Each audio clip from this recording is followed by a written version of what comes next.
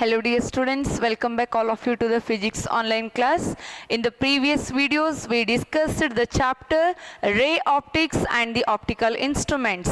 In that we had covered the different points that are related to the refraction of the light through the lenses, through the prism and through the spherical surfaces, and also we discussed the point, the formula which is related to when two or more convex lenses, when they are kept in a contact, what will be their effective focal length. Yes, I hope you know all the formulas. Then today let us start and solve the numericals related to the ray optics.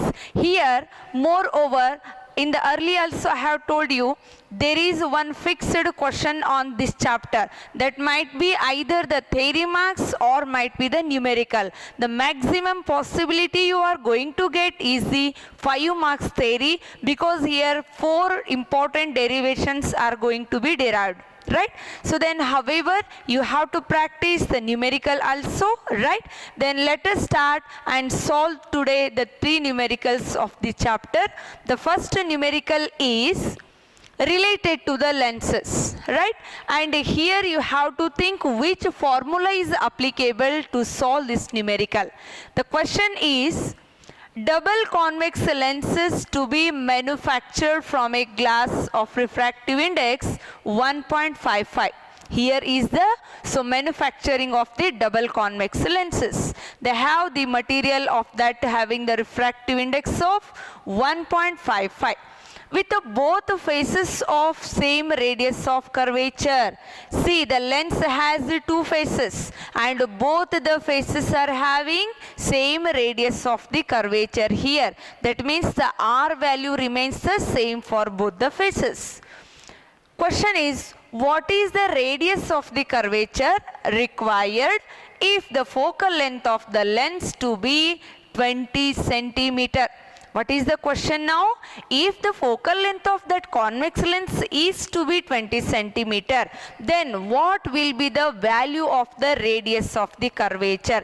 Then from this it is clear that they have given us the focal length f value and they have given a clue that both the surfaces have same radius of the curvature. That means R1 and R2 both are taken to be R only, and next they have given the refractive index of the medium here, right?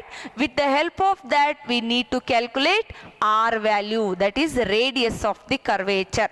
Then so tell me which formula is applicable here. When we talk about the lens, so 2 formulas need to be remembered. One is the lens maker's formula.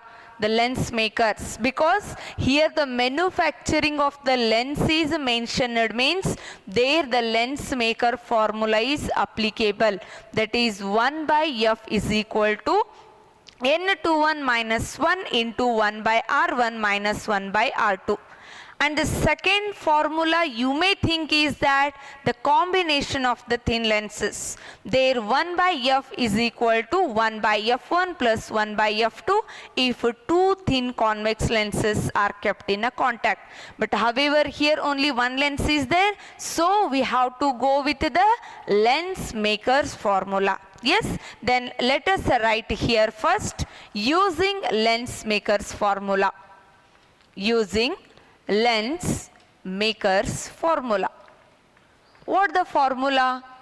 That is 1 by f is equal to n21 minus 1 into 1 by r1 minus 1 by r2. And now we need to take the given data here.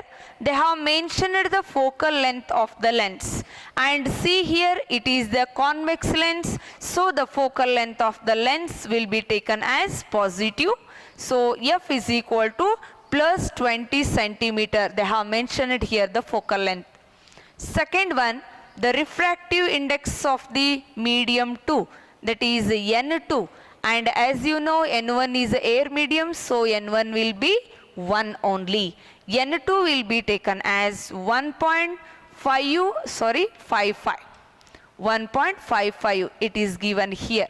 Now what we need to calculate? What is the radius of curvature? But remember here, since we have that R1 is equal to plus R, R2 is equal to minus R. Why I have taken minus R here? If you take a convex lens here, see, so this part you can take as a R1 and this, so the radius is taken as R2, and this radius when you are measuring, it is opposite to the incident light, that is why I take here minus. Then simplify by using the data in the above equation, that is 1 by F means it is 1 by 20 here. It is equal to N to 1 means that is 1.55 minus 1 into here 1 by R minus 1 by minus R will come. So as I told just now, so R2 is taken to be minus R.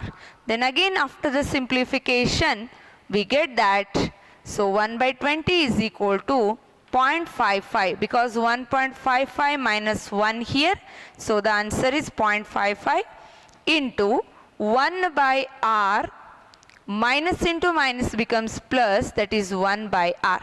So the reduced form of this will come 0.55 into 2 by R. 2 by R. So when you simplify this, you need to calculate what is the R only. So R is taken here, then 0.55 into 2 and this 20 when you take and simplify, your answer will come, that is plus 22 centimeter. So this is the what? The radius of curvature of the lens which is required for the convex lens with a focal length of 20 centimeter. I hope you understood, dear student, right? So you need to follow the steps. First to see, whenever you are going with the numericals, think over the right formula which you have to choose here. Then what are the given datas and substitute them and simplify. Finally remember, you should have the result with the SI unit. Am I clear? So the R value becomes now 22 centimeter. That is the radius of the curvature. Yes? Right. So let us move to the second numerical. That is, what is the focal length of the convex lens of a focal length 30 centimeter in contact with a concave lens of focal length 20 centimeter? Is the system a converging or a diverging lens? See, now the question comes, the combination of the lenses. First there is one convex lens, isn't it? See how I can draw for the diagram.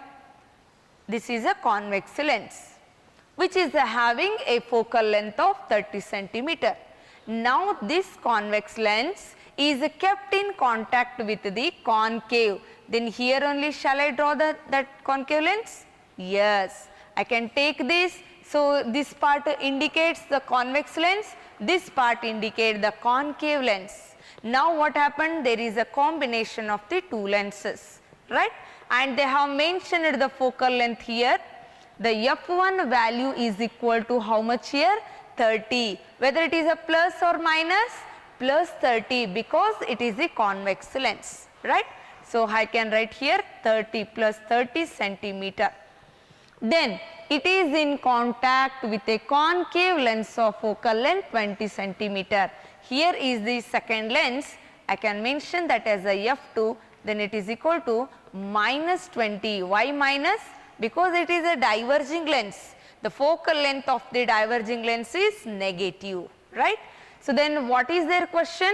The focal length of the combination they asked. That means effective focal length of the system or equivalent focal length of the combination. Yes? Then tell me which formula we need to use.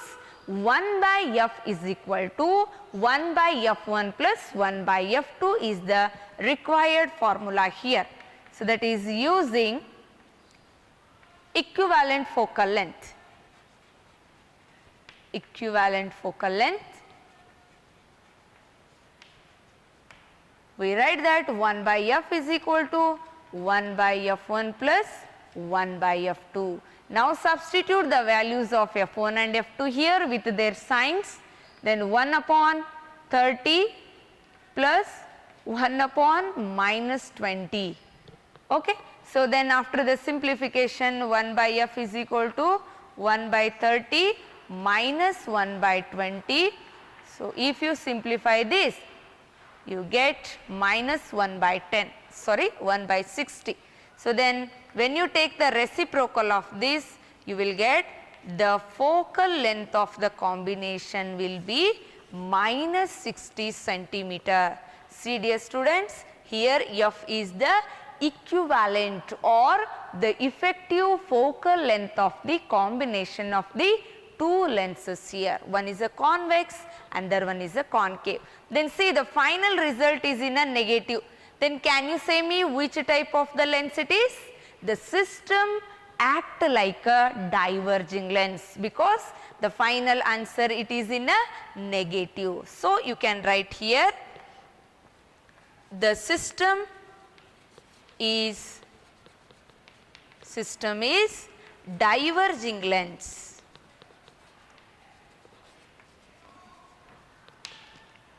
The system is a diverging lens. Am I clear dear student? So, I hope you understood the steps, right. So, here the combination it is related to the combination of the thin lenses, right. So, let us move to the next numerical which is related to the prism, right. So, what is the question?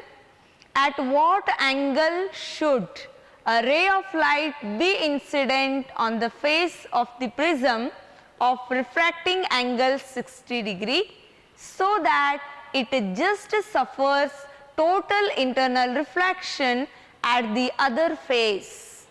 The refractive index of the prism is 1.524.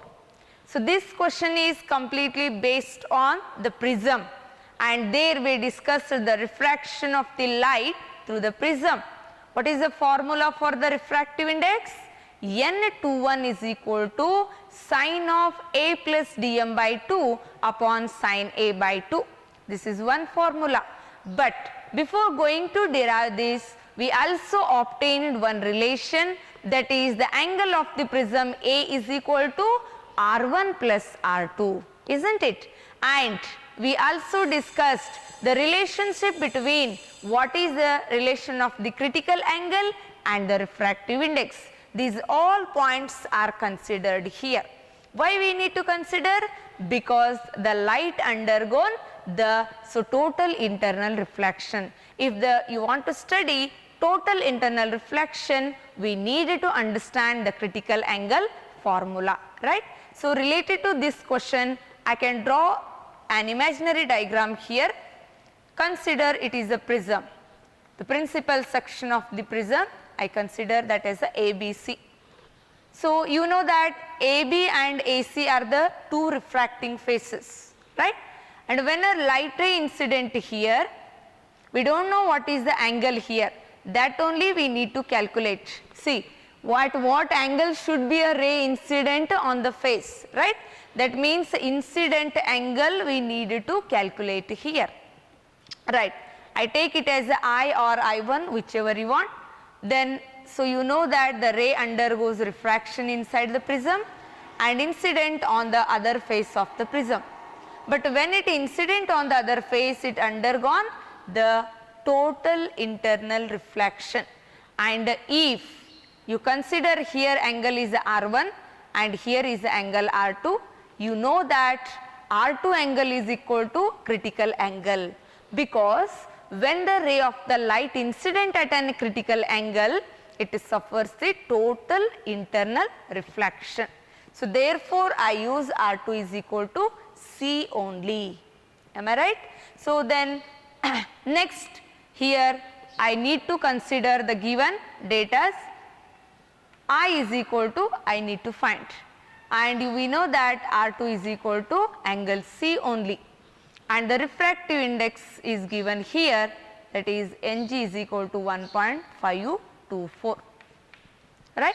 So, first what I will use, using the relation sin C is equal to 1 upon Ng. Shall I use this?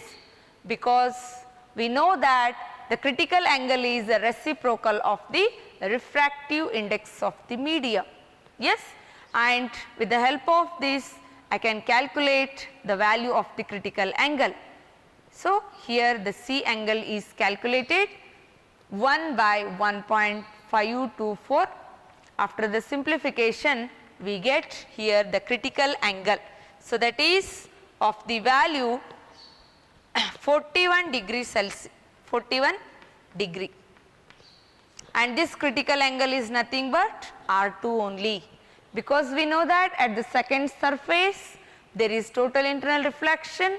R2 is equal to the critical angle. Hope you understood. So, then move to the next one using a relation A is equal to R1 plus R2. This we discussed already in the derivation of the prism expression. So, by this I need to calculate what is the R1 value. Then R1 is equal to what? A minus R2, and they have mentioned the refracting angle of the prism. What is its value? That is A is equal to 60 degree. So, therefore, here I can use R1 is equal to 60 minus R2 is already calculated in the above, that is 41 degree, right. So, when you simplify this, what is the R1 value? That comes, how much it is? 19 degree. R1 is a 19 degree, right. So, then next step is by using the Snell's law. What the Snell's law says? The sin I, the ratio of the angle of incidence to the angle of refraction is equal to a refractive index of the medium. Yes. So, that numerical can be continued here using Snell's law,